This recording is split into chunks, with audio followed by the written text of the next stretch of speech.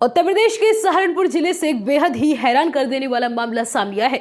यहाँ शादी के महज 6 दिन बाद ही दुल्हन पति को दूध में नशीली गोलियां देकर फरार हो गई। सुबह जब पति को होश आया तो पता चला कि अलमारी से 1.5 लाख का कैश और जेवर भी गायब है। सुबह पति का सिर चकरा रहा था। ऐसे में रात में पत्नी ने जो दूध पिलाया उसकी जांच के बाद सामने आया कि उसमें नींद की गोलियां मिलाई गई थी। दवा का असर कुछ देर में कम होने के बाद धुंधली यादें जहन में ताजा हुई। पति को याद आया कि पत्नी ने उसके बेहोशी में जाने से पहले कहा था कि मैं जा रही हूं और मुझे ढूंढने की कोशिश मत करना। धोखाधड़ी जैसा एहसास होने के बाद पुलिस को गुमशुदगी की तहरीर फिलहाल परिवार ने सौंप दी है और अब पुलिस तस्वीरों के सहारे दुल्हन को ढूंढ रही है। दरअसल ये घटना जनकपुरी इलाके के गांव सड़क दूधली की है। यहाँ रहने वाले विनोद उर्फ बिट्टू की शादी 6 फरवरी को गांव दाबकी गुर्जर की रहने वाली ओम प्रकाश की बेटी शिवानी से हिंदू रीति रिवाज के साथ हुई थी। फेरे और अन्य रस्मों के बाद दूल्हा अपनी दुल्हन को लेकर घर आया था। घर आने के बाद शिवानी सामान्य तरीके से रहने लगी।